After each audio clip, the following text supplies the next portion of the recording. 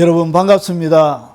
드디어 대망의 2021년이 시작되어졌습니다. 2021년도에도 능력 있는 하나님의 권세와 능력이 여러분의 삶들 가운데 충만하시기를 주의 이름으로 축원합니다. 자, 오늘 여러분들과 함께 나눌 이 말씀은 제가 하나님 앞에 2021년에 하나님, 교회 가운데 하나님의 사람들에게 뭘 하시길 원하십니까? 도대체 하나님께서 왜 코로나라는 이런 것들을 교회 가운데 허락하셔서 도대체 하나님이 하시고자 하시는 계획들이 무엇입니까? 제가 기도할 때마다 계속 성령님께 물었습니다. 그때 성령께서 저에게 감동으로 주셨던 그 말씀, 오늘 올해 가운데 성령께서 하나님께서 교회 가운데 하시길 원하시는 그 일들, 수많은 일들이 있습니다. 하나님께서 교회 가운데 하실 수많은 일들이 있을 것입니다. 제가 그 가운데 깨달은 것은 태평양 가운데 있는 해초 이파리와 같은 조그마한 것입니다. 대단하고 위대한 것은 아닙니다. 그런데 하나님께서 저에게 2021년에 성령께서 하시길 원하시는 저에게 감동으로 가르쳐 주셨던 그 일, 무슨 일을 하실 것이라는 것을 오늘 이 영상을 통해서 같이 나누도록 하겠습니다. 여러분 잘 들으시고 오늘 성령이 교회들에게 하시는 그 말씀이 여러분의 심령 가운데 충만하게 증거되어져서 여러분의 삶이 하나님이 원하시는 대로 잘 빚어져 가시길 주의 이름으로 축원합니다. 자, 2021년에 교회 가운데 성령께서 하나님께서 특별하게 하실 일이 뭐냐? 성령님과 친밀하게 동행하는 새로운 세대를 하나님께서 세울 것이라는 것이죠. 2021년에는 하나님의 교회 가운데 있는 그 하나님의 사람들에게 어떻게 하냐? 성령님과 친밀하게 동행하는 아주 새로운, 그러니까 과거에 또 성령님과 동행했지만 그와 차원이 다를 정도로 깊이 있게 성령님과 동행하는 하나님의 사람들이 대거 일어나게 될 것입니다. 자, 그 이야기를 여러분들과 같이 나누도록 하겠습니다. 자, 여러분, 새해가 되면 우리가 일상적으로 하는 일들이 많이 있죠. 여러분, 요거는 부산 남포동에 가면, 남포동 안에 가면 이렇게 점집 거리가 있습니다. 점집이 쫙 줄비하게 아주 길게 있습니다. 그래서 이런 점집이나 타로나 이런 것들을 찾기도 하고, 요거는 울산의 동구의 성남동에 가면은 시에서 이 집들을 이렇게 지어주고 간판도 이렇게 해놓고 점집을 이렇게 만들어 주었습니다. 이렇게 참 친절하죠? 이렇게. 그리고 어떤 사람들은 이렇게 올해는 우리가 해돋이 이런 거 보지 못하지만 이렇게 밝아오는 태양을 바라보면서 한 해의 소원을 빌고 그러지요. 그런데 이것은 세상 사람들만 그렇게 하는 것이 아니라 예수 믿는 사람들에게도 뭐가 있냐? 2021년 새해가 되어지면 뭔가 궁금한 것이 있죠. 그래서 예언하는 하나님의 미래에 대한 궁금증을 불신자나 신자나 다 가지고 있습니다. 그래서 여러분 기독교에도 뭐 하는 사람들 있죠? 예언하는 사람들이 있죠. 그래서 그 예언하는 사람들에게 기도받기도 이렇게 합니다. 자, 여러분 이 예언은 뭐 하는 것이냐? 참조하는 것입니다. 자, 예언은 뭐 하는 것이라고요? 참조하는 것입니다.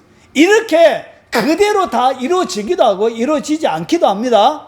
쉽게 이야기하면 하나님께서 아합을 하나님께서 죽이겠다고 나봇의 포도원을 빼앗은 거예요. 그래서 하나님께서 진노해가지고 엘리야를 보내서 혼내고, 그리고 진노의 메시지를 전가하니까 그가 회개하니까 하나님께서 뭐하죠? 용서해주고 넘어가죠. 그래서 이스라엘 백성들을 하나님이 진노할 것이라는데 회개하고 금식하고 하니까 진노가 떠나가죠. 그래서 이 예언하는 것은 뭐죠? 바뀌기도 한다는 것이죠. 그래서 이것은 뭐라? 모든 것들이 여러분이 받을 수는 있지만 뭐라? 참조만 하라는 것이죠. 자, 그러면 예를 들어서 하나를 여러분들에게 말씀을 드리면 이런 것입니다. 사도행전 20장에 보면 에베소 교회를 지나고 나서 바울이 어떻게 하냐 이렇게 얘기합니다. 보라, 이제 나는 성령에 매여, 바울이 얘기하는 것입니다.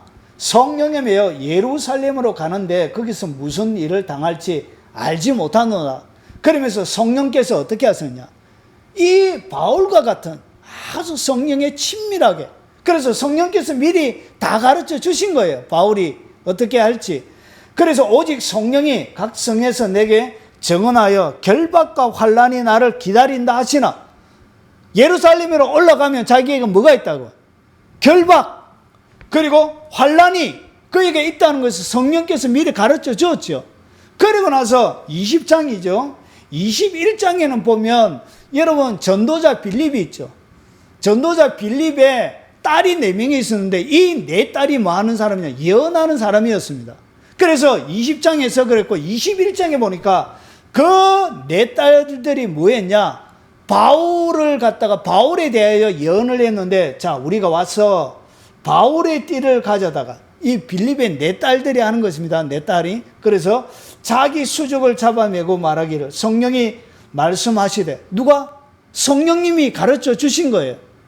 이 띠, 바울의 띠 임자에게 일어날 일들을 누가? 성령님이 이렇게 친밀하게 일어날 일들을 가르쳐 주는. 그래서 보세요. 성령이 말씀하시되 예루살렘에서 유대인들이 이같이 이 띠 임자를 결박하여 이방인의 손에 넘겨주리라. 오늘 이 바울이 이것을 알고 있었습니까? 몰랐습니까? 이미 알고 있었죠. 그런데 빌립의 4딸들에게도 하나님께서 이렇게 가르쳐 주죠. 그래서 사람들이 어떻게 했냐, 결박이 있으니까 올라가지 말라라고, 예루살렘에 올라가지 마세요 바울 선생님, 이렇게 막 말리는데 어떻게 했냐, 내가 결박뿐만 아니라 죽는 것도 기꺼이 담당하리라 하면서 결국은 어떻게 하죠, 예루살렘에 올라가게 되어지죠. 그래서 예언은 뭐 하면 된다고요. 다 믿을 필요도 없고 뭐 하면 된다고, 그냥 참고하면 된다는 것이죠. 이해가 되시죠? 자, 이것을 좀 더 제가 큰 세계 최고의 예언가를 예를 들어서 한번 설명을 해보겠습니다. 이 예언에 대해서 하나님과의 친밀함. 자, 여러분, 동일본 지진이 2011년 3월 11일 금요일 그리고 오후 2시 46분 10초에 뭐가 일어났냐, 지진이 일어나고 쓰나미가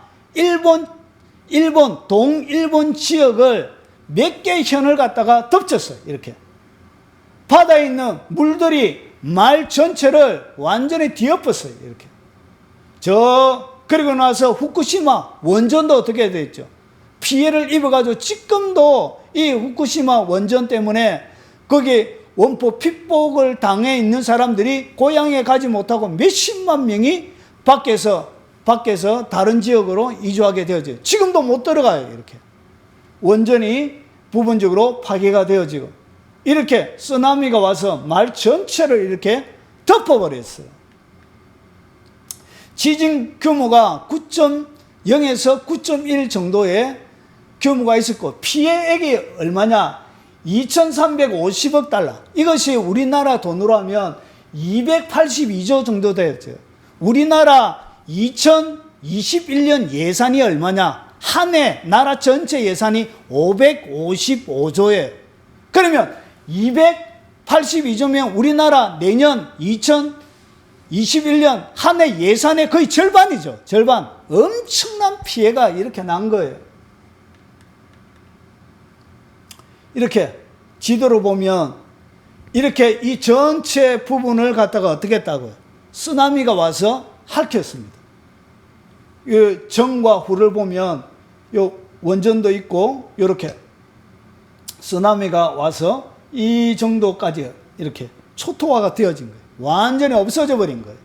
이렇게 엄청난 피해를 입었습니다.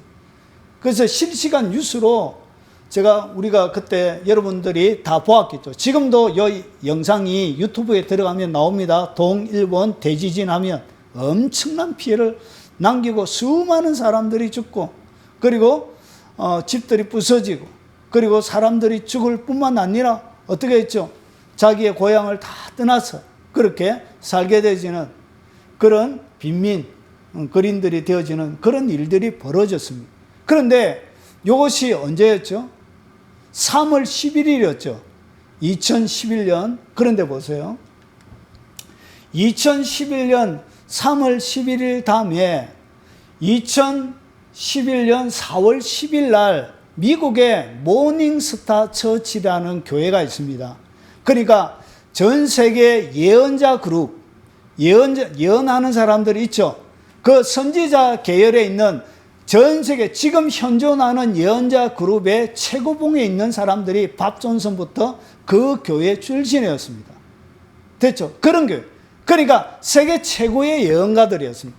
그때 어떻게 했냐? 릭 조이너가 영상을 4월 10일 날, 지금도 유튜브에 들어가면 릭 조이너 대예언하면은 영상이 뜹니다. 자, 요 영상입니다. 요 영상. 그러면서 이렇게 영상을 하는데 거기에 보면 이번 일본 지진이 22년 전에 이미 예언되었다는 것이. 그러니까 이 동일본 지진이 있을 것을 언제? 22년 전에 이미 밥 존슨이라는 선지자가 예언을 한 거예요. 그러고 나서 그것이 일어난 거예요. 그러고 나서 요 뒤에 이 릭 조이너가 어떻게 했냐? 이 예언 동일본 지진과 비교할 수 없는, 그러니까 동일본 지진을 능가하는 뭐가 온다? 쓰나미가, 지진이 미국에 있는데 어디에? 샌프란시스코 그리고 남부 캘리포니아에 동일본 지진을 능가하는 지진이 있을 것이라고 예언을 했습니다. 그러고 나서 여기에 영상에 나옵니다. 그러고 나서 주로 어디에? 여기에 LA에 가면 뭐가 있죠? 헐리우드 있죠. 헐리우드 영화 촬영장. 그래서 요 샌프란시스코부터 시작해서 요 로스앤젤레스에 연결되어지는 이것이 미국 서부예요. 미국 서부에 일본의 지진을 능가하는 로터기로 이렇게 측정할 수 없는 엄청난 피해의 대규모 지진이 있을 것이라고 뭐했냐? 예언을 했습니다. 예언. 그래서 어떻게 했냐면 이 실제로 로스앤젤레스에서 사역하고 있는 많은 목회자들이 이 예언 영상을 듣고 실제로 이주를 많이 했어요. 거기에 산볼츠라는 그리고 여러 가지 다른 몇몇의 사람들은 아니다. 우리가 떠나갈 것이 아니라 여기에서 남아서 기도하고 하나님의 긍휼을 구해야 된다 하면서 그렇게 만류했던 사람도 있는 반면에, 그런데 이 예언의 영상을 듣고 많은 교회들이 어떻게 했냐? 실제로 여기에 지진이 일어날 것을 두려워해서 미리 어떻게 했다고요? 다른 지역으로 교회가 이주하고 이런 일이 벌어진 거예요. 뭐 때문에? 예언 때문에. 근데 문제는 뭐냐? 예언이 이루어졌습니까? 안 이루어졌느냐 하면 예언이 이루어지지 않았습니다. 언제까지? 지금까지 이 11월 4월 10일 날 했던 예언이 성취가 안 되어진 거예요. 그리고 이때의 분위기가 어떻게 되어졌냐면 여러분 2012년 10월 달에 예수님이 재림한다라고 믿는 종말론주의자들이 꽤 많이 있었습니다. 그래서 2012년도 예수님이 재림할 것이니까, 그래서 여러분 영화도 뭐가 나오냐? 2012년이라는 영화가 나왔습니다. 왜냐? 이때 지구가 종말할 것이라고 믿었던 그런 사상적인 영향들이 이 영화에도 들어가 있는 거예요. 그래서 쓰나미를 통해서 어떻게 하냐? 전 지구를 다 덮어버려요. 지진이 나서. 이렇게 도시가 이렇게 완전히 짜개지고, 그리고 대륙판들이 이렇게 깨어지는, 동일본과 비교할 수 없는 엄청난 피해를 남기는 이런 엄청난 지진, 그리고 마지막 주님의 오심, 이런 사상들이, 이런 종말론을 믿는 사람들이 이렇게 많이 있었습니다. 그런데 2021년이 되죠. 그러니까 지금 정확하게 올해 2021년 1월까지 이런 일이 일어났습니까? 안 일어났습니까? 일어나지 않았죠. 그러면 그 예언이 틀린 것이냐? 아니에요. 요한계시록 보면 이 밥 존슨이 얘기했던 이 예언보다 더 엄청난 지진이 실제로 일어날 것입니다. 그런데 뭐가 틀렸냐? 타이밍을 틀린 거예요. 타이밍. 하나님이 정하신 때와 그가 예언을 보았던 때가 때가 다른 거예요. 여러분, 예수님이 금방 올 것이라고 예수님을 예언하던 선지자들은 믿었습니다. 이사야도 믿었고. 그런데 예수님은 언제 왔죠? 이사야가 믿었던 이새의 줄기에서 한 싹이 나서 나타나는 그 예언은 언제 이루어지냐? 600년 뒤에 이루어지는 거예요. 그러니까 타이밍이 금방이 아니라 이후에 일어날 것이라는 것을, 그러니까 시간 속에서 이 예언이 언제 일어날 것이라는 그 계산을 잘못한 것이죠. 실제로 엄청난 지진, 우리가 지금까지 경험하지 못한 엄청난 지진이 올 것입니다.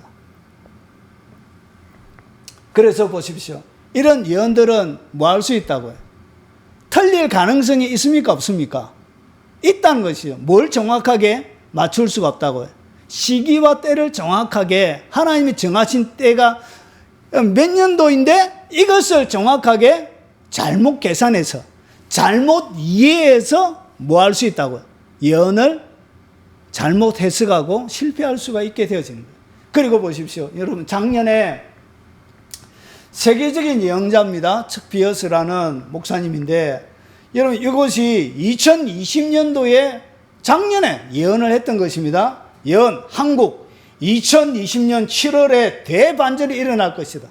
문재인 대통령 좌파 정권을 통해서 억압받고 힘들게 고통당하고 있는 그런 기독교 우파 세력들에 대해서 뭐가 일어난다고요? 대반전, 나라의 대반전이 일어날 것이라고 예언을 했습니다. 그래서 한국에 대변화가 온다라고 했는데 왔습니까? 안 왔습니까? 안 왔지요? 예, 오히려 더 교회의 핍박은 심해지고 더 어려워지고 예배조차도 제대로 드릴 수 없는, 그리고 교회를 코로나나 전염병 이런 것들을 통해서 실제로 교회를 폐쇄할 수 있는 그런 법까지 만들어서 통과를 시킨 것이죠. 여러분, 이렇게 세계적인 사람들일지라도 뭐 할 수 있다고요? 실수할 수 있다는 것이죠. 예언이라는 것이 그런 것입니다. 그래서 이것은 한 나라의 예언인데 보세요. 여러분, 실제로 이것이 2020년에 대한민국 가운데 일어날 예언자들이 예언했던 예언의 선볼츠고, 릭 조이너고, 여러분 하이디 베이커고, 이분은 모르겠는데 신디 제이콥스고, 이런 예언자들이 한국에 대해서 특별한 예언들을 몇 개 했는데, 여러분 2020년도에 뭐가 붕괴되어진다고요? 북한이 붕괴되어진다고 예언했습니다. 북한은 여전히 건재하고 있죠. 그리고 대통령, 다음에 문재인 끝나고 나서 대통령이 될 사람을 이낙연, 황교안 이렇게 막 했는데 이 두 사람은 이미 대통령 될 수가 없죠. 황교안은 대통령 설문조사에도 이렇게 제대로 이렇게 잘 나오지가 않죠. 역사 속으로. 이렇게 여러분 얘기하는 수많은 이 예언들은 뭐 할 수 있다고요? 틀릴 수도 있고 잘못 볼 수도 있다는 것이죠. 그래서 그런데 신경 쓸 필요가 있어요, 없어요? 없다는 것이죠. 그래서 제가 왜 이걸 보여주냐? 세계적인 예언가들도 이렇게 예언을 했는데 뭐 할 수 있다고요? 많이 틀릴 수 있다는 것이죠.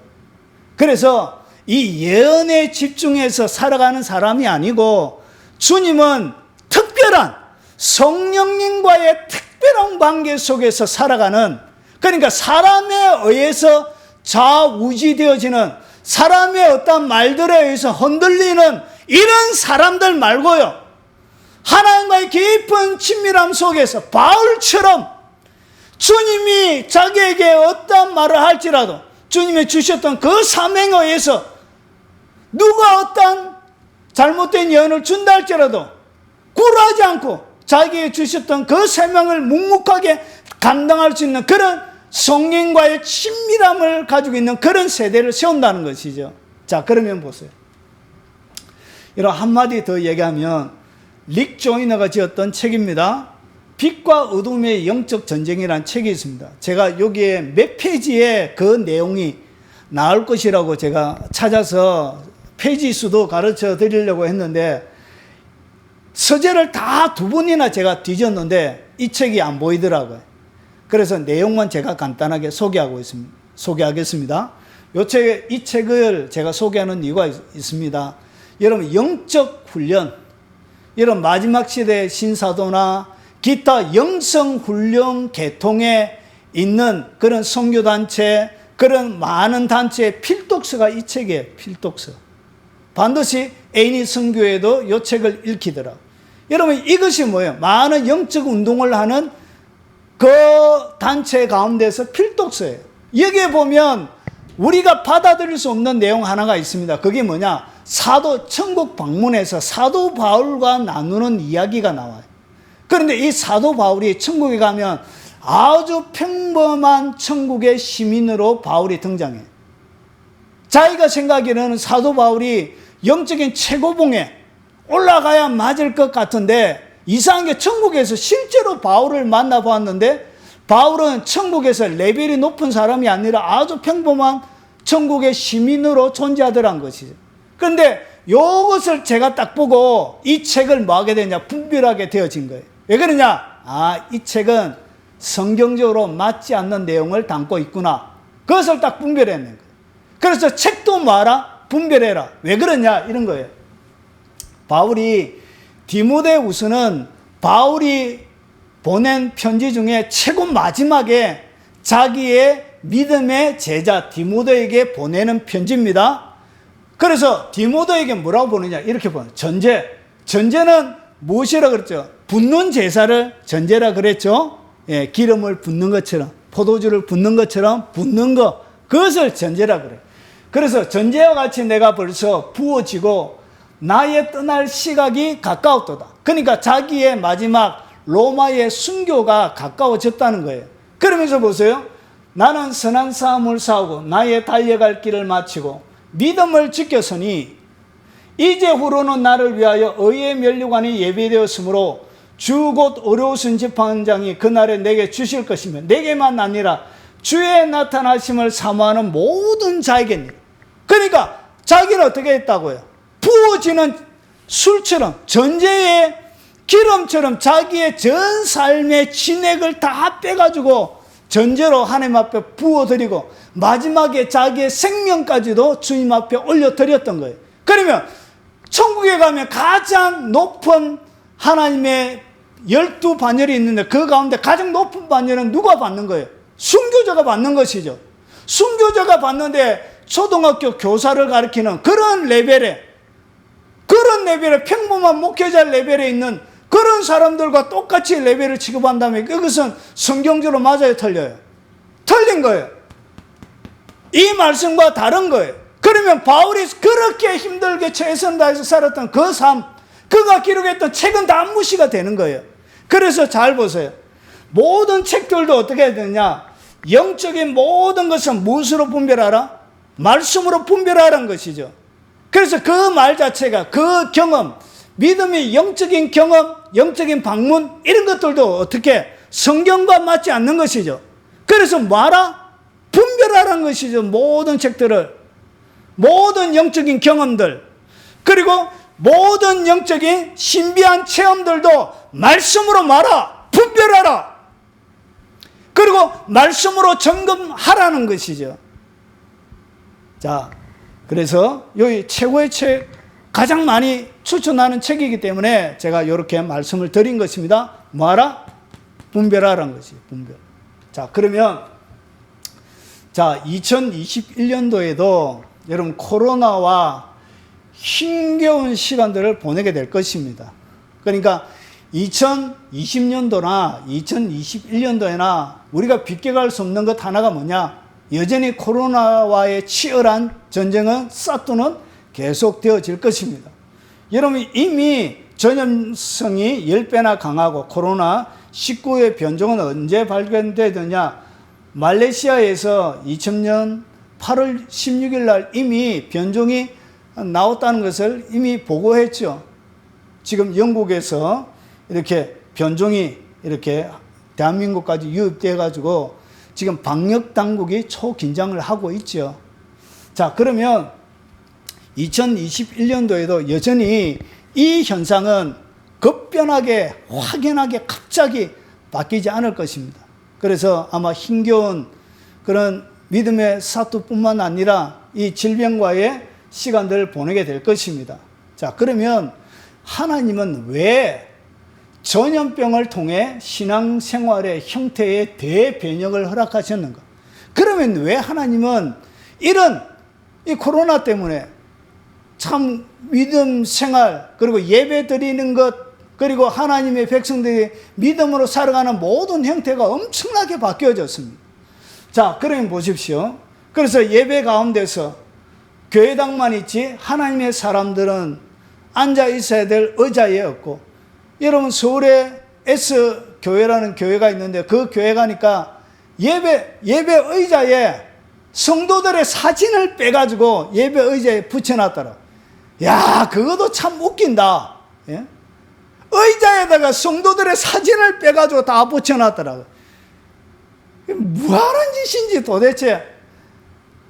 예? 서울의 가장 유명한 S교회. 야, 이렇게 하나님의 백성들이 어떻게 예배를 잘 들을 수 없게 되어져 있는 이런 시기들이 우리에게 온 것이죠. 그러면 잘 보십시오. 예레미야 24장 10절에 보면 내가 칼은 뭐냐면 전쟁을 얘기합니다. 전쟁. 그리고 기근은 뭐냐면 경제적인 어려움을 얘기합니다. 기근. 자, 그리고 전염병을 그들 가운데 보내 그들이 내가 그들과 그들의 조상들에게 준 땅에서 멸하기까지 이르게 하리라. 하나님께서 이스라엘 백성들이 범죄하고 타락할 때마다 하나님이 항상 몇 가지 도구를 써서 이스라엘 백성들을 훈련시키고 양육했냐면 칼, 기근, 전염병이에요. 그러면 칼과 기근과 전염병이 왔다는 것은 이것은 무슨 얘기예요? 하나님께서 뭘 하고 있다고요? 손을 대고 있다는 것이죠. 그리고 하나님이 허락을 하셨다는 것이죠. 하나님의 허락 없이 참새 2마리도 허락 없이 떨어지지 않는데 하물며 하나님의 백성들이 살고 있는. 자, 그래서 보세요. 자, 그런데 성경은 재밌게도 칼과 기근과 전염병이 있을지라도 그 하나님의 진노 가운데서도 하나님이 항상 뭘 남겨놓느냐 보세요. 에스겔서 6장 8절에 보면 그러나 너희가 여러 나라에 흩어질 때 내가 너희 중에서 칼을 피하여 이방인들 중에서 살아남은 자가 있게 할지라. 하나님은 항상 진노 중이라도 누굴 남겨놓냐? 남은 자가 있다는 것이죠. 그래서 이스라엘 백성들에게는 사상 중에 무슨 사상이 있냐면 남은 자의 사상이 있습니다. 남은 자. 어떠한 모든 하나님의 진노와 어려움 가운데서도 어떤 자가 있다고 해요? 남은 자. 남은 자가 있다는 것이죠. 그래서 남은 자의 사상. 그래서 하나님이 질병을 내린다. 그러면 이 가운데도 하나님이 뭘 하기 위해서? 뭔가 하나님께서 우리 가운데 정결함이 필요하고 하나님께서 우리 가운데 새로운 것이 필요하기 때문에 허락하신 것입니다. 교회 가운데도 허락하신 것입니다. 그런데 그 가운데도 하나님이 뭐 하냐? 남은 자가 있다는 것이죠. 남길 자가 있다는 것이죠. 그래서 하나님 뭐 하기 위해서? 결국 남기기 위해서 한다는 것이죠. 이것은 다른 말로 하면 여러분 우리가 출수를 하고 난 다음에 뭐 하죠? 타작을 하죠. 타작. 그래서 타작마당에서 타작을 해서 알곡은 모아 곡간에 들이고 쭉쭉이는 태워서 불에 태워서 없애버리는 것이죠. 그와 마찬가지로 이것은 뭐냐? 하나님의 타작마당과 같은 거예요. 하나님이 타작을 하고 계신 거예요. 알곡을 모으기 위해서. 자, 그리고 이사야서 37장 32절에 보세요. 이는 남은 자가 예루살렘에서 나오며 피하는 자가 시온산에서 나올 것입니다. 만군의 여호와의 열심히 이를 이루시리라. 결국은 이 진노 가운데서 하나님은 누굴 남긴다고요? 남은 자가 있다는 것이죠. 남은 자. 그래서 하나님이 남겨주었다. 알곡으로서 하나님이 타작마당에서 타작을 하고 계시는 것입니다. 한국 교회 가운데서 2021년 한 해에 하나님은 남은 자를 남겨놓으실 것입니다. 하나님이 택하신, 그리고 하나님이 세우기를 원하시는 성령과 깊은 인도함 가운데 있는 그런 하나님의 사람들을 하나님이 남겨놓으실 것입니다. 자, 그래서 여러분, 우리 가운데서 죄가 있고 어려움이 있고 힘든 것이 있고 근심이 찾아오게 되어지는데, 이 근심 가운데서는 두 가지의 근심이 있습니다. 하나는 하나님의 근심이 있고 세상적인 근심이 있는데, 하나님의 뜻대로 하는 근심은 후회할 것이 없는 구원에 이르게 하는 회개를 이루는 것이에요. 그러니까 우리가 제대로 신앙생활을 하지 못하고 하나님 앞에 예배하지 못할 때 우리 속에 뭐가 터지죠?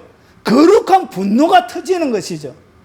거룩한, 뭔가 모르게 하나님 앞에 제대로 하지 못하는 억눌림 가운데서, 이 억눌림은 우리의 영적인 에너지를 폭발시키는 능력이 있는 것입니다. 그래서 우리의 삶들 가운데 뭘 주냐? 근심의 무게로 우리의 삶을 눌러버리는 거예요.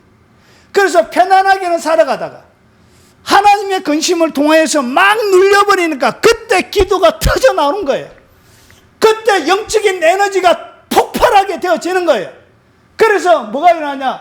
구원에 이르게 하는 엄청난 회개, 정결함이 우리 가운데 일어나게 되어지는 것입니다. 그래서 보세요. 보라, 하나님의 뜻대로 하게 한 이 근심이 너희를 얼마나 뭐하게 하고 간절하게 만드는 거예요. 이것을 여러분이 좀 더 이해하기 쉽게 공동번역으로 보면 이렇게 되어져 있습니다. 간절하게 한다는 것은 뭘 가지는 것이에요? 열심을 가지게 됩니다. 우리가 예배를 제대로 드리지 못하게 보니까 우리가 평상시에 하나님 앞에 예배 드리는 것이 얼마나 소중한 것이었는지 여러분 새삼스럽게 깨달아지지 않습니까? 일상적인 행복이 얼마나 가치 있고 소중한 것인지 여러분 뼈저리게 체험하지 않습니까? 하나님을 마음대로 찬양하고 마음대로 기도하고 마음대로 전도하고 마음대로 하나님을 예배할 수 있다는 것이 얼마나 큰 행복이라는 것을 우리가 그것을 빼앗겨버리고 잃어버리고 나서 비로소 체험하게 되고 뼈저리게 느끼게 되는 것입니다. 그래서 우리 속에 뭐가 일어나냐? 영적인 거룩한 에너지가 폭발하기 시작하는 것입니다. 눌려지는 근심을 통해서, 억압을 통해서, 영적인 근심의 무게를 통하여서 영적인 에너지가, 영적인 마그마가 터져나오기 시작하는 것입니다. 그래서 잠자고 있는 우리의 뭐가 일어난다고요? 간절함이 폭발하는 것입니다. 이것을 통해서 성령님은 여러분들을 새롭게 만들어 가시는 것입니다. 여러분들 친밀함의 단계로 이끌어 가시는 것입니다. 그리고 여러분을 뭐하게 하냐? 변정하게 한다. 변정하게 한다는 것은 뭐냐? 자신의 무죄를 입증하는 것입니다. 내가 스스로 회개함으로, 내가 정결한 삶을 살아감을 통하여서 내 스스로 나의 무죄를 입증하는 거룩한 삶을 몸부림치면서 살아가게 되어지는 것입니다. 혹시 이것이라도 있는 조그만한 것이라도 이것까지 빼앗길까 봐 전전긍긍하며 지키기 위하여 애쓰게 되는 것입니다. 그리고 뭐하게 하고? 분하게 하고 의분이 생기는 것입니다. 불의에 대하여, 옳지 않음에 대하여, 부당한 억압에 대하여, 잘못된 법 집행에 대하여 뭐가 생긴다고요? 어려운 분노가 심령 가운데 일어나는 것입니다. 어려운 분노가 일어나야 이런 하나님이 귀하게 들어서는 사람의 대표적인 특징 가운데 하나가 뭐가 있냐? 의분이 있습니다. 의분. 하나님이 다윗을 귀하게 들었었던 이유 중에 한 가지가 뭐냐? 이 골리앗이 아침과 저녁으로 나와서 하나님을 모욕하고 하나님의 이름을 저주하고 있는데도 아무도 골리앗을 향하여 하나님의 의분을, 하나님의 영광을 깔아먹는 것에 대하여 말하고 도전하지 않았죠. 그때 여러분 10대 중반에 있는 다윗이 그 이야기를 듣고 하나님의 거룩한 의분이 생긴 것입니다. 많이 들고 나가지도 않았습니다. 뭘 들고 나갔죠? 물맷돌. 그리고 여호와의 이름, 물맷돌이 많이 필요하지 않았죠. 하나로 끝장을 내는 것입니다. 이 영적인 의분들이 뭐하냐? 억눌릴 때 터져 나오는 것입니다. 이제 터져 나올 때가 된 거예요. 너무나 하나님의 백성들이 이 거룩한 영적인 활동들이 억압을 받고 있으니까 뭐가 있냐? 거룩한 의분이 응축되어지고 눌려지다가 이제 뭐하냐? 터져버리기 시작할 것입니다. 올해 거룩한 의분들이 많이 하나님의 백성들 가운데 터져나오게 될 것입니다. 그리고 마그마처럼 화산처럼 활활 밖으로 분출하게 되어질 것입니다. 그리고 보십시오. 뭐하게 하죠? 두렵게 하는 거예요. 두렵게. 두려워할 줄 알게 되어지는 거예요. 이제 하나님께서 우리 가운데 주셨던 이런 귀한 것들에 대하여 뭐 할 수 있다고요? 두려움이 생긴 그 가치, 그 소중함들을 너무나 뼈저리게 절실하게 느끼기 시작하는 거예요. 그래서 하나님이 두렵기 시작하는 거예요. 하나님에 대한 거룩한 경외심이 생겨나기 시작하는 것입니다. 그러고 나서 뭐하게 하죠? 사모하게 되는 거예요. 사모. 5번 그리워하게 되는 거예요. 그렇게 하나님 앞에 한번 예배하고 싶은데 20명 이상 못 들어간다 하니까 중직자들 외에는 일반 성도들은 예배당 안에 들어가지를 못하는 거예요. 미치는 것이잖아요. 미치는. 여러분 영혼이 살아있는 영혼, 하나님을 만난 경험이 있는 영혼은 예배 드리지 못하면 죽어요. 속이 터져버려. 그래서 말할 수 없는 하나님을 향한 뭐가 생겨나냐? 사모함이 폭발하는 거예요. 폭발하는 거예요. 그리고 뭐 열심히 있게 하고 헌신하려고 하는 새로운 마음이 생기는 거예요. 그리고 벌하게 하였는가? 악을 징벌할 줄 알게 되어지는 거예요. 이리하여 여러분은 그 사건에 있어서 조금도 잘못이 없다는 것을 훌륭하게 증명했습니다. 그래서 그 삶들 가운데서 그들이 뭐하냐? 증명했다는 것은 진정한 남은 자가 되었다는 것이죠. 그의 삶을 통해서. 그래서 이런 하나님의 뜻대로 하는 이런 근심, 눌림을 통하여서 하나님은 뭐하고 있냐? 잠자던 기독교인의 야성을 깨울 것입니다. 잠자고 있는 거룩한 열정과 분노, 이분들을 하나님이 터뜨릴 것입니다. 올 한 해 여러분 가운데 그 일을 성령님이 하실 것입니다. 그래서 여러분 가운데 잠자고 있는 사자가 일어날 것입니다. 사자. 유다의 사자. 그 예수님의 사자의 표요 소리가 여러분의 입술을 통하여 터져 나오게 되어질 것입니다. 하이에나 다 잡아먹어 버릴 거예요. 자, 그래서 하나님께서 어떻게 하냐? 이제 양과 염소를 올해 여러분의 하나님의 교회 가운데서 나누게 될 것입니다. 이렇게 양과 염소를 철저하게 하나님께서 분리해서 하나님과 친밀하게 동행하는 사람들은 남아있을 것이고, 그리고 하나님에 대하여 별 상관없이 하나님을 그냥 장사하기 위하여 교회에 오신 분들, 다른 목적을 가지고 오는 사람들은 뭐하냐? 어차피 예배 안 드리니까 하나님과 땡땡땡땡, 예배 못 드리게 되어져 있으니까 하나님이 용서해 주실 거야 하면서 땡땡땡땡 이렇게 자기 마음대로 살아가게 되어지는 두 가지의 부류로 더 하나님을 간절하게 찾는 부류가 있고요. 그리고 안녕 빠이빠이 하는 새로운 부류가 생겨나게 될 것입니다. 그래서 뭐하냐? 교회가 정결하게 새롭게 하나님께서 재편하게 되어질 것이고, 새로운 성도들로 하나님의 사람들을 올 한 해 하나님의 교회를 정결하게 만들어 가실 것입니다.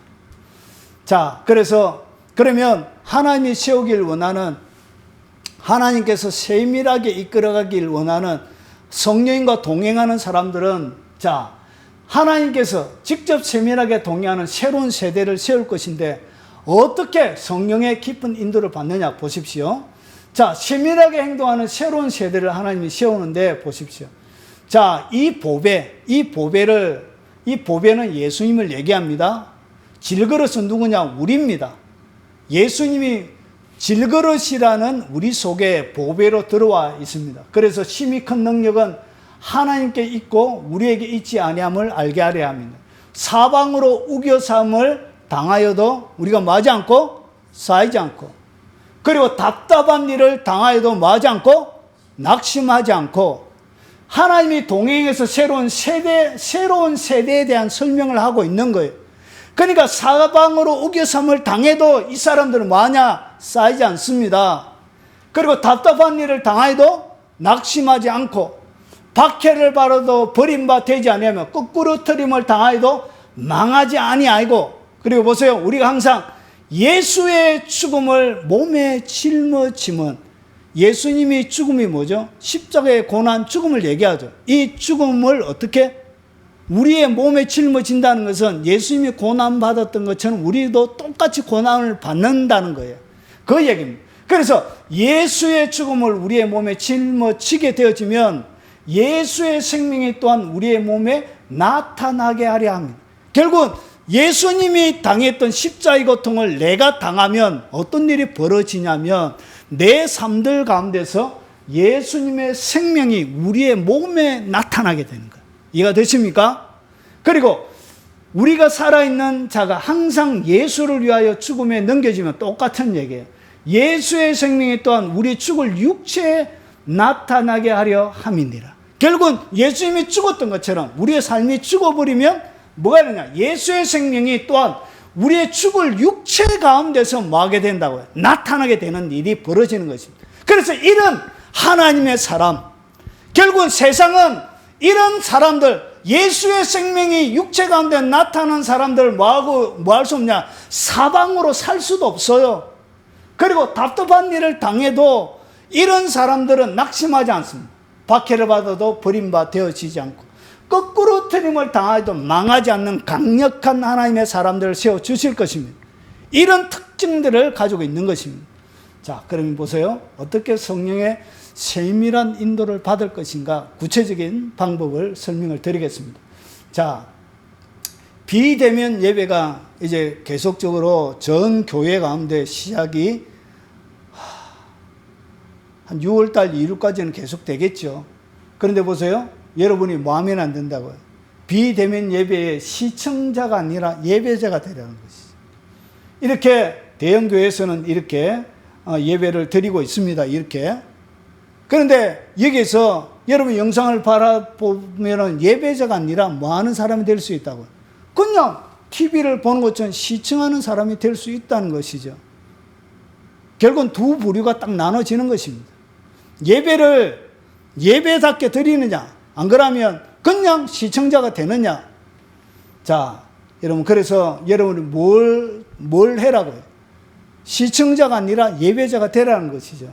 자, 사마리아 여인에게, 우물가에 사마리아 여인에게 예수님이 만나서 이 사마리아 여인에게 하는 얘기입니다. 야고보 우물에서 만났던 그 여인, 요한복음 4장에 나옵니다. 자, 물어요. 우리 조상들은 이 산에서 예배하는데 당신들의 말은 예배할 곳이 예루살렘에 있다. 예루살렘에 솔로몬 스룹바벨 헤롯 성전이 있죠. 그래서 그 예배 장소를 얘기합니다. 원래 사마리아 사람들은 이방 나라 사람들과 혼혈 백성이 되어져서 이 유대인들은 사마리아 사람을 개돼지 취급했습니다. 그리고 다른 저 갈릴리로 갈 때도 사마리아 지방은 통과하지 않고 빙 둘러갔습니다. 인간 취급을 안 했습니다. 혼혈 족속이기 때문에. 그런데 보십시오. 그들이 결국은 혼혈이긴 하지만 여전히 하나님을 알고 있었던 백성들이죠. 그래서 보세요. 예루살렘에 예수님이 와서 당신들은 예배할 곳이 예루살렘에 있다더이다. 그러면서 이제 예수님께서 이렇게 얘기하십니다. 예수께서 이르시되 여자여 내 말을 믿어라. 그러면서 예수님이 보세요. 이 산에서도 말고, 그러니까 이 산에서도 말고, 이 사마리아 지방에 있는 그 산에서도 말고, 너희들이 지금 예배 드리고 있는 그 자리도 말고, 그리고 예루살렘에서도 말고 너희가 아버지께 예배할 때가 이르리라. 그러니까 여기는 뭘 얘기하죠? 이 산 예루살렘은 장소를 얘기하죠. 장소. 그런데 이 산 예루살렘 특별한 장소에서도 뭐 하지 말고 아버지께 특별히 예배하는 때가 이르는데 보세요. 아버지께 참되게 예배하는 자들은 무엇으로 예배한다? 영과. 영은 뭐냐면 성령입니다. 성령. 요 진리.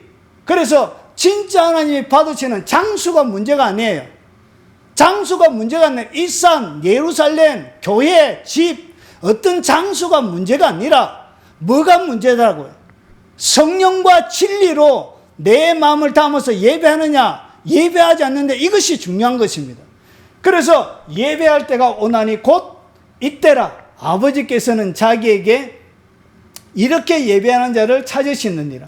하나님은 영이시니, 하나님은 영이시기 때문에 우리도 무엇으로? 영으로 예배해야 되는 거예요.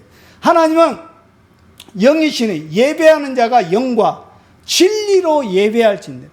그래서 내 영을 담아, 내 온 영을 담아 성령과 더불어 그리고 진리 안에서 하나님의 말씀과 진리에 따라 예배 드리는 이것이 진정한 예배라는 것이죠. 그래서 교회에 있던 집에 있던 그것은 뭐라고요? 하나님의 예배의 기준 가운데 중요한 문제가 아니란 것이죠. 내가 뭐가 중요하다? 내가 하나님의 성령 안에서 진리를 따라 예배를 드리느냐 드리지 않느냐 이것이 중요하다는 것이죠. 교회 가운데 앉아있어도 딴 생각하고 엉뚱한 데 가 있으면 그것은 뭐라고? 몸은 와 있지만 그것은 성령과 진리로 예배하는 것이 아니란 것이죠. 이해가 되시죠? 그래서 여러분 올 한 해 여러분 결심해야 합니다. 내가 예배 드릴 때마다 시청자가 아니라 뭐가 되어져야 된다고요? 진정한 내가 예배자가 되리라. 그리고 영과 진리로 예배하는 자가 되리라. 그래서 이 예배가 여러분의 일생을 가장 행복하게 살아가는 하나님이 주셨던 하나의 쉼터와 같은 거예요. 하나님을 만나게 되면 우리는 쉬게 되어지고 먹게 되어지고 안식을 누리게 되어지고 행복을 누리게 되는 것입니다. 자, 이것이 여러분이 성령의 세밀한 인도를 받을 때 가장 중요한 첫 번째 원칙이에요. 그리고 두 번째, 성령의 세밀한 인도를 받는 새로운 세대가 되기 위해서는 보세요. 진리의 영이신 성령님께 뭘 받아라? 가위를 받아라는 것이죠. 여러분 하나님과 세밀한 인도함을 받기 위해서는 성령님께 뭘 받아야 된다고요? 개인 과외를 받아야 돼요. 개인 과외. 올 한 해 성령님께서 여러분 가운데 말로 닿을 수 없는 개인 과외를 통하여서 진리를 풀어놓으실 것입니다. 자, 그러면 어떻게 개인 과외를 받느냐? 성령은 뭐냐? 성령님은 그는 진리의 영이에요. 진리의 영. 성령님을 갖다 뭐라 부른다고요? 진리의 영이라고 합니다. 그래서 성령님은 말씀을 통하여 역사하는 거예요. 그래서 말씀이 나가면 그 말씀 속에서 그 말씀이 성령님의 손과 발이 되고 눈과 귀가 되고 입이 되는 거예요. 진리의 영이라 세상이 그를 받지 못하나니 이는 그를 보지도 못하고 알지도 못합니다. 그러나 너희는 그를 아나니 그는 너희와 함께 거하심이라. 또 너희 속에 계시겠습니다. 그리고 나서 보세요. 이 보혜사 성령님을 갖다가 이 보혜사라고 보호하고 은혜로 성령님의 보혜사라는 것이 7가지의 특징을 가지고 있습니다. 카운셀러가 되기도 하고 상담자가 되고 위로자가 되어지고 여러분의 길을 안내해 주는 분이 되어지기도 하고 보호자가 되어지고 그리고 은혜로 지켜주는 분이 되기도 하고 그래서 보세요. 보혜사 곧 아버지께서 내 이름으로 보내실 성령. 그래서 성령은 뭐라고요? 보혜사라는 것이죠. 여러분을 보호하고 지키고 상담해주고 진리로 이끌어가는 분이라는 것이죠. 그가 너희에게 모든 것을 뭐하고? 가르치고. 그래서 성령님이 진리이기 때문에 성령님이 여러분을 뭐하냐? 가르치세요. 가르치세요. 뭘 가르친다고요? 너희에게 모든 것을 다 가르쳐 준다는 것이죠. 그래서 성령님에게 뭘 해야 되냐? 세밀하게 성령님과 인도하기 위해서는 뭐예요? 성령님에게 계속 가르침을 받아야 되는 거예요. 가르침. 그러면 이 성령님이 가르칠 때 무엇을 통하여 보세요? 내가 너희에게 말한 모든 것을 뭐하게 하리라? 생각나게 하라. 결국은 성령님이 들어서는 것이 뭐다? 예수님이 이 땅 가운데 주셨던 모든 하나님의 말씀을 들고 말씀을 성령님이 가르치는 거예요.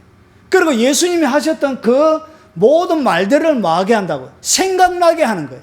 결국은 성령님에게 내가 가르침을 받기 위해서는 내가 어떻게 해야 되냐? 하나님의 말씀을 가까이 해야 되는 거예요. 하나님의 말씀을 많이 읽고 내 스스로 하나님의 말씀을 친근히 할 때 그때 성령님이 내가 가까이 하는 그 성경을 통하여 가르치는 거예요. 그리고 내가 알고 공부해난 그 하나님의 말씀을 성령님이 뭐하게 한다고요? 생각나게 하는 거예요.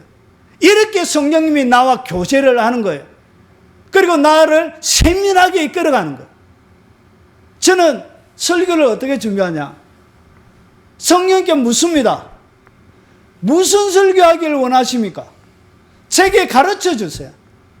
그래서 성령님이 저에게 무엇을 설교하기 원하시는지 가르쳐 달라고 하나님 앞에 계속 기도하고 있으면 주님께서 뭐하냐? 생각나게 하세요. 뭘 가르쳐야 될지, 무엇을 설교해야 될지 주님이 어떻게 하냐? 한 말씀을 탁 주세요. 말씀의 제목을 주시기도 하고, 그리고 어떤 말씀을 갑자기 성령님이 막 풀어줘요. 내가 예전에 읽어놨고 알고 있는 말씀 그것을 딱 가져와가지고 성령이 막 설명해줘요. 이렇게. 그래서 그것을 받아가지고 뭐 한다고요? 설교를 만들어서 이렇게 설교를 하는 것입니다. 저는 설교를 이렇게 하는 것입니다. 그래서 여러분이 하나님의 말씀을 가까이 하고 친근히 하고 많이 읽고 암송하고 묵상할 때 그때 여러분이 하는 그 행동을 통해서 주님이 뭐 한다고요? 말씀을 가르치고 생각나게 합니다. 그러면 내가 하나님의 말씀이 내 속에 하나도 없으면 주님이 하셨던 말씀이 없다. 그러면 생각나게 할 게 있습니까? 없습니까? 없는 거예요. 내게 말씀이 없다. 그러면 가르칠 게 있습니까? 없습니까? 없는 거예요. 그래서 깊은 인도를 못 받는 거예요. 말씀의 실력에 따라, 말씀을 아는 정도에 따라 깊이 있는 가르침, 깊이 있는 그리고 생각, 깊이 있는 인도하심을 받게 되는 거예요. 왜 하나님의 성령의 강력한 인도함을 받지 못하느냐? 말씀이 없어서 그런 거예요. 주님이 뭔가 들어서서 생각나게 해줘야 되는데 말씀이 없는 거예요. 말씀. 그래서 깊이 있게 인도함을 못 받는 것입니다. 자, 평안을 너에게 끼쳤노니 나의 평안을 너에게 주노라. 내가 너에게 주는 것은 세상이 주는 것과 같이 아니하니라. 너희는 마음에 뭐 하지 말라? 근심하지도 말고 두려워하지 말라. 왜 그러냐? 성령님이 두려움과 근심 가운데 있을 때 딱 생각나게 해서 말씀을 딱 주는 거예요. 제가 고등학교 다닐 때 아침 저녁으로 제가 집에서 학교까지 가면은 15분쯤 걸려요. 천천히 걸어가면 그때 뭐 하냐? 천천히 걸어가서 말씀 한 구절씩 암송을 했습니다. 암송. 그때 제가 아침에 일어나서 학교에 등교를 딱 하는데 그때 제 마음이 왠지 모르게 너무나 불안한 거예요. 불안하고 힘든데 그때 제가 뭘 암송했냐? 예레미야 3장 22절인가요? 여호와의 자비와 긍휼이 무궁하심으로 우리가 진멸되지 아니하미니 이것이 아침마다 새로우니 날마다 새롭도다. 그 하나님의 말씀을 딱 암송하는데 두려움이 안개가 햇빛 가운데 없어지는 것처럼 싹 사라져버립니다. 그렇구나. 아침마다 여호와의 자비와 긍휼이 무궁하시구나. 그것을 깨닫고 나서 뭐 하는 거예요? 두려움과 근심이 싹 사라지는 거예요. 이렇게 하나님의 말씀들이 여러분들을 어떻게 하냐? 여러분들을 새롭게 만드시는 것입니다. 그래서 하나님에게 깊이 있는 인도하심을 받기 위해서 하나님이 성령님이 가르치고 여러분들 생각나게 해서 여러분 뭐 해야 된다고요? 말씀을 많이 읽어야 돼요. 올 한 해 하나님이 특별히 사람들을 세울 것입니다. 그리고 사람들에게 특별히 성령께서 깊이 있게 가르치실 것입니다. 진리의 영이 그렇게 풀어질 것입니다. 여러분 성경 많이 읽으십시오. 그 어떤 때보다. 그리고 성경을 집중적으로 공부하고 암송하십시오. 그래서 폭발적으로 성령님과 친밀하게 동행하는 새로운 세대를 하나님이 올 한 해 많은 하나님의 사람들을 가지고 세우고 그들을 가르치고 생각나게 하실 것입니다. 여러분 깊이 있게 말씀 가운데 들어가시기 바랍니다. 자, 그리고 그는 진리의 성령님이 오시면 너희를 모든 진리 가운데 이끌어가요. 그래서 성령님이 진리의 영이기 때문에 여러분 속에 하나님의 말씀이 있어야, 말씀이 머물러 있어야 여러분들 어떻게 진리 가운데로 이끌어가는 거예요. 그런데 뭔 놈이 하나님의 말씀을 성경을 한 번도 안 읽고 말씀이 하나도 없는데 어떻게 진리 가운데로 이끌어가요? 진리를 알지니 진리가 너희를 자유케 하는데 진리가 없는데 어떻게 자유를 누려요? 왜 자유를 못 누리냐? 진리가 없어서 못 누리는 거예요. 그래서 모든 진리 가운데로 인도하는 거예요. 그리고 그가 스스로 말하지 않고 오직 들은 것을 말하며 장래일을 너희에게 알리시리. 그래서 여러분 가운데 누가 예언 안 해줘도 됩니다. 누가 가르쳐 준다고요? 성령님이 여러분의 장래를 직접 가르쳐 주세요. 바울에게 예루살렘 성령의 메인바 되어져서 예루살렘에 결박과 핍박이 있다라고 가르쳐 주셨던 것처럼 여러분 가운데 일어날 일들을 성령님께서 친히 가르쳐 주십니다. 성령님과 세밀하게 인도함을 받는 것이 그렇게 유익한 거예요. 왜냐? 일어날 일들을 주님이 뭐 한다고요? 가르쳐 주시는 거예요. 이런 인도함을 받는 세대, 그런 새로운 사람들이 일어날 것이라는 것이죠. 그리고 그가 내 영광을 나타내니, 성령님이 내 영광은 누구냐? 예수님의 영광을 얘기하는 것입니다. 그래서 성령님이 오시면 누구의 영광을 보여주냐? 예수님이 가지고 계셨던 예수님의 영광을 보여주세요. 내 것을 가지고 너에게 알리겠습니다. 그래서 예수님께서 가지고 있는 모든 것들, 그러니까 예수님이 이 땅 가운데 행하신 모든 것을 우리에게 전달하는 분이 누구냐? 그분이 바로 성령님이에요. 여러분, 예수님이 하셨던 모든 것을 우리에게 갖다 주는 분, 생각나게 하고 전달하는 분이, 그분이 바로 성령님이 있어요. 그래서 성령님이 어떻게 하냐? 모든 것을 알려주신다는 것이죠. 자, 그러면 뭘 알려주는지 잘 보세요. 예수님께서 요한복음 17장은 대제사장의 기도라 그럽니다. 십자가 지기 전에 예수님께서 기도하신 기도 내용이에요. 그런데 보세요. 예수님이 뭘 기도했냐? 내가 비웃는 것은, 예수님이 기도하시는데 이 사람들만 위함이 아니에요. 이 사람들은 누굴 얘기하냐면 예수님의 제자들을 얘기합니다. 그 시대에 마지막 성만찬을 해가고 있는 예수님의 12 제자들과 같이 모여있던 그 사람을 얘기합니다. 그런데 이 사람들만 위함이 아니요, 또 그들의 말로 말미암아 나를 믿는 사람들도 위함이네. 그러면 그 제자들의 말로 말미암아 누구를 믿는? 예수님을 믿는 사람들이라면 여러분도 해당됩니까? 안 됩니까? 여러분들도 해당된다는 것이죠. 그래서 2000년 전에, 정확하게 2000년 전에 예수님께서 여러분을 위하여, 오늘 여러분을 위하여 기도해 놓으신 기도 내용이 있어요. 자, 그 기도 내용이 뭐냐? 이거예요. 요한복음 17장 24절에 보세요. 아버지여, 내게 주신 자도 나 있는 곳에 나와 함께 있어. 나와 함께 있어. 잘 보세요. 아버지께서 창세전부터 나를 사랑하심으로 내게 주신 나의 영광을 그들로 보게 하시길 원합나이다. 그러니까 창세전에 예수님이 가지고 계셨던 그 영광을 우리가 뭐 하길 원한다고요? 보길 원한다라고. 그래서 17장 20절, 17장 24절이에요. 예수님이 뭘 기도했냐? 창세전부터 예수님이 가지고 계셨던 그 영광을 여러분이 뭐 하도록? 보도록 예수님이 기도해 놓은 거예요. 그러면 이 예수님의 기도는 응답이 돼야 됩니까? 응답이 되지 않아야 됩니까? 예수님의 기도는 응답이 되겠죠? 그러면 이것이 우리가 죽어서 천국에 가서 창세전에 갔었던 예수님의 그 영광을 보기 위해서 기도해 놓을 필요가 있어요, 없어요? 이런 기도는 해놓을 필요가 없어요. 왜냐? 죽어서 가면은 보기 때문에. 그래서 이런 기도를 해놨다는 것은 천국에 가서 보는 것이 아니고 어디에서? 이 땅 가운데서 경험하는 거예요. 그래서 내게 주신 자도 나 있는 곳에 함께 있다는 얘기는 보세요. 에베소서 2장 5절과 6절을 보면 허물로 죽은 우리를 그리스도와 함께 살리셨고 너희는 은혜로 구원을 받은 것이라. 또 함께 일으키사. 허물로 죽었던 우리를 주님께서 어떻게 하냐? 재용서하시고 함께 일으키사 그리스도 예수 안에서 함께 하늘에 앉으셨대요. 이것은 영적인 것이에요. 여러분의 영은 자유롭게 이 땅 가운데서만 머물러 있는 게 아니에요. 여러분의 영은 자유롭습니다. 이해가 됩니까? 이것은 좀 깊은 얘기라서 여기에서 다 할 수는 없어요. 그래서 내게 주신 자도 나 있는 곳에 나와 함께 있어. 이 얘기가 바로 요 얘기예요. 예수 그리스도 안에서 함께 하늘에 앉히는 거예요. 그래서 이 땅 가운데서 살아있는, 육체로 살아있는 단계 가운데서 이런 일을 경험하게 되는 거예요. 이것을 예수님이 뭐 해놨다고요?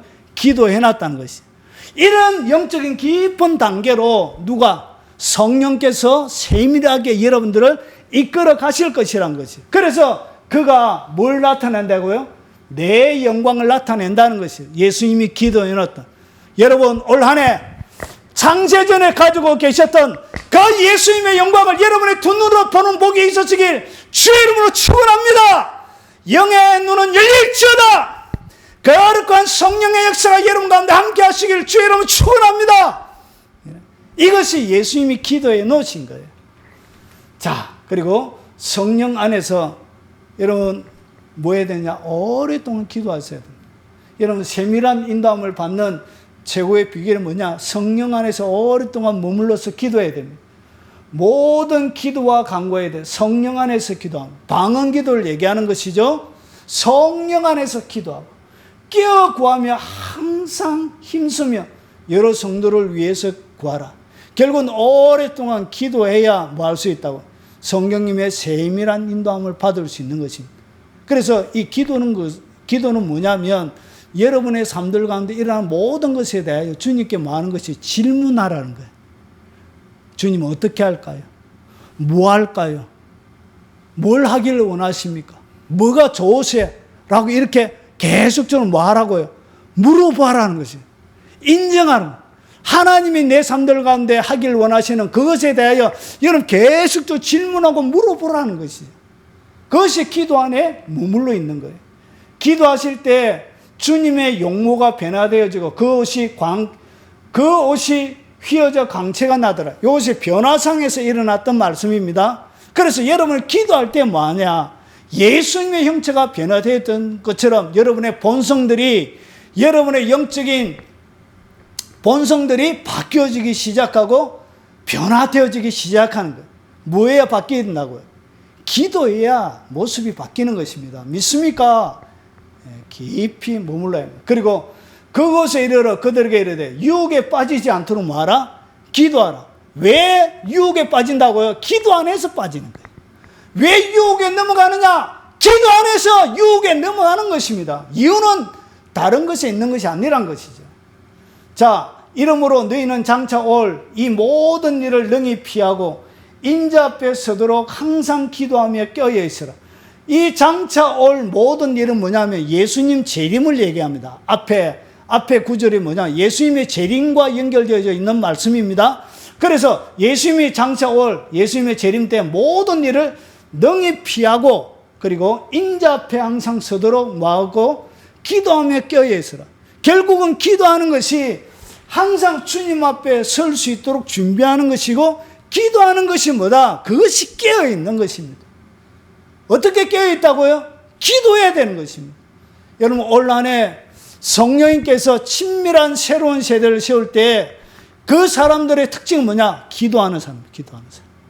오랫동안 많은 시간 기도해야 됩니다. 그리고 이와 같이 성령도 우리의 연약함을 도우시나니 우리는 마땅히 기도할 바를 알지 못하나 오직 성령이 말할 수 없는 탄식으로 우리를 위하여 친히 간구하십니다. 때로는 여러분이 기도하지 못할 때 누가?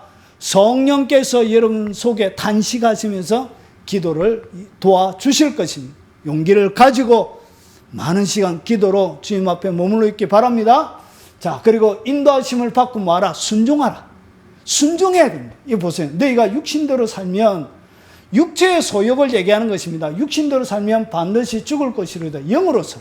이 영은 성령으로 얘기합니다. 성령으로 몸의 행실을 죽이면 살리니 하나님의 영으로 하나님의 성령으로 인도함을 받는 사람은 곧 하나님의 아들이다. 결국은 하나님의 성령으로 인도함을 받는다는 얘기는, 인도를 받는다는 얘기는 뭔 얘기예요? 순종하면서 따라간다는 거예요. 그래서 주님이 여러분 가운데 요구하시고 원하시고 바라시거든 뭐해라?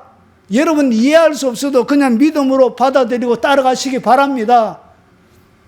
그때 이 순종의 정도에 따라 하나님의 능력, 기적을 체험하게 됩니다. 순종의 정도에 따라 뭘 경험한다고요? 기적을 체험하게 됩니다. 하나님의 능력을 직접 체험하게 됩니다. 그래서 순종, 인도함을 받고 순종해야 여러분 하나님과의 친밀한 관계 속에 더 깊이 있게 빠져 들어가게 되는 것입니다.